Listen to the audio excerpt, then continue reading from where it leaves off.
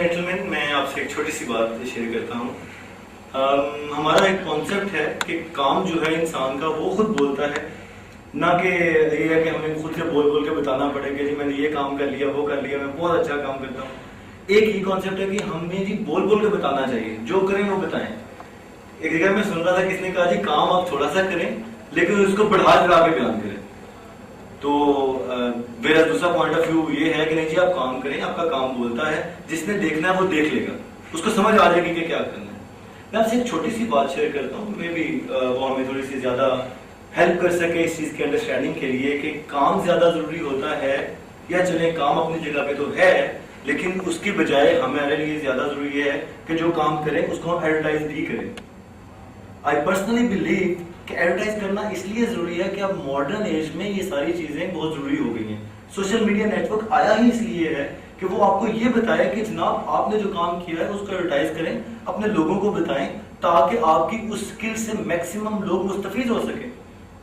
تو میں اس کے بارے میں آپ سے بڑی ایک دلچسپ چیز شیئر کرتا ہوں. کچھ اراؤنڈ میں آپ کو اس وقت ہم لاہور میں کھڑے ہوئے ہیں 2011 میں، ماڈرن سٹی میں، پاکستان کے بہترین شہروں میں اس کا شمار ہوتا ہے. تو یہاں سے میں آپ کو کچھ 150 سال پیچھے اور اراؤنڈ 150 کلومیٹر دور لے جاؤں گا سیالکوٹ کی سائڈ پہ، جہاں پہ ایک چھوٹا سا علاقہ ہے، چھوٹا سا جگہ ہے، جس جگہ پہ بہت مشہور دو لوگ رہا کرتے تھے. مشہور دو لوگ کون تھے؟ دیور رستم اینڈ سہراب. یہ نام یقیناً ہم سب نے سنا ہوا ہے، اور ان کی شہرت کی وجہ یہ تھی کہ وہ بہت تگڑے اور بہت افیکٹو قسم کے پہلوان تھے. ان کی فائٹ اتنی مشہور تھی کہ دور دور سے، گاؤں سے، شہروں سے، مختلف جگہوں سے لوگ آیا کرتے تھے. رستم اور سہراب ایک دوسرے کے ٹف کمپیٹیٹر تھے، لیکن حیرت انگیز بات یہ ہے کہ اتنے سال گزر جانے کے بعد بھی ہم ان کو جانتے ہیں. یہ کیسے ہوا؟ میڈیا تو تب نہیں تھا، تو ورڈ آف ماؤتھ کے ذریعے ہمیں یہ انفارمیشن پہنچی. اگر ابھی ہمارے پاس انفارمیشن پہنچے تو تب کیا کرتے ہوں گے؟ ڈھول کے ذریعے بتایا جاتا ہوگا کہ ان کی کشتی یہاں پہ ہو رہی ہے، انفارمیشن لوگوں کو دی جاتی ہوگی، لوگوں کو کل اکٹھا کیا جاتا ہوگا کہ جی آپ آئیں اور یہ انفارمیشن ہے، یہاں پہ دنگل ہو رہا ہے اتنے بڑے لوگوں کا، آ کے دیکھیں، کیونکہ یہ سب کو ہرا جاتے ہیں. تو جن لوگوں کے بارے میں انفارمیشن تھی ان کو بھی آئیڈیا ہوگا اپنی اسٹرینتھ کا کہ میں کیا کر سکتا ہوں، میری جو طاقت ہے وہ کیا ہے. اس نشے کی بات ہی کچھ اور ہوتی ہے. رستم بھی اسی نشے میں تھا. کیا ہوا ایک دن کہ وہ اپنے گاؤں کی طرف جا رہا تھا. اس کا گاؤں جو میں نے جیسے کہا کہ بہت دور دراز کا علاقہ تھا، لیکن بڑا ہی خوبصورت تھا. مین جو جہاں سے اس دور میں بیل گاڑیاں یہ چیزیں چلا کرتی، گدا گاڑیاں چلا کرتی تھی، اس مین روڈ سے تھوڑا نیچے اترنے کے بعد جس گلیوں سے ہوتے ہوئے وہ اپنے گھر کی طرف جاتا تھا، ان گلیوں کے، اس علاقے کے اس راہوں کے پگڈنڈیاں جو تھیں ان کے ارد گرد بڑے خوبصورت درخت تھے، ہرے بھرے درخت، باجرے کے پودے اور اس طرح سے. اور جب کبھی سردی کی جو شام تھی اس میں کہیں پہ ذرا سی بھی تیز ہوا چلتی تھی یا آہستہ سے بھی اگر ہوا چل رہی ہوتی تھی تو اس دوران اتنی ٹھنڈ لگتی تھی کہ کوئی بھی فریزنگ سی اس کے انوائرمنٹ بن جاتا تھا. لیکن رستم صاحب تو پہلوان، تو ان کو ٹھنڈ کہاں لگتی تھی. رستم اس جگہ سے، جیسے میں نے کہا کہ گزرتے ہوئے جاتا تھا، اور اس کے گھر کا جو علاقہ تھا وہ کچھ اس طرح سے تھا کہ سامنے بند گلی تھی. آپ نے دیکھا ہوگا بند گلی میں دونوں طرف گھر ہوتے ہیں، اور بالکل سامنے بھی ایک گھر ہوتا ہے جس کے اینڈ پہ اس کو بند گلی کو بھی ایک گھر ہی بند کر رہا ہوتا ہے. تو وہ جو بند گھر تھا وہ رستم کا تھا.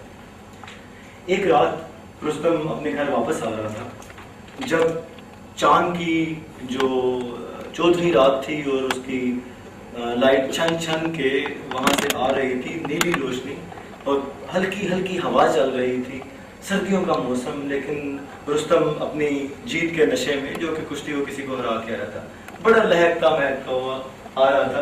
اور چلتے چلتے چلتے چلتے جب اس جگہ پہ پہنچا کہ اس کے گھر کے بالکل اس روڈ پہ پہنچ گیا کہ اینڈ پہ گھر تھا، وہ اس جگہ پہ آ گیا. اس نے دیکھا کہ سامنے کوئی شخص ہے جو اس کے گھر میں چھلانگ لگا رہا ہے.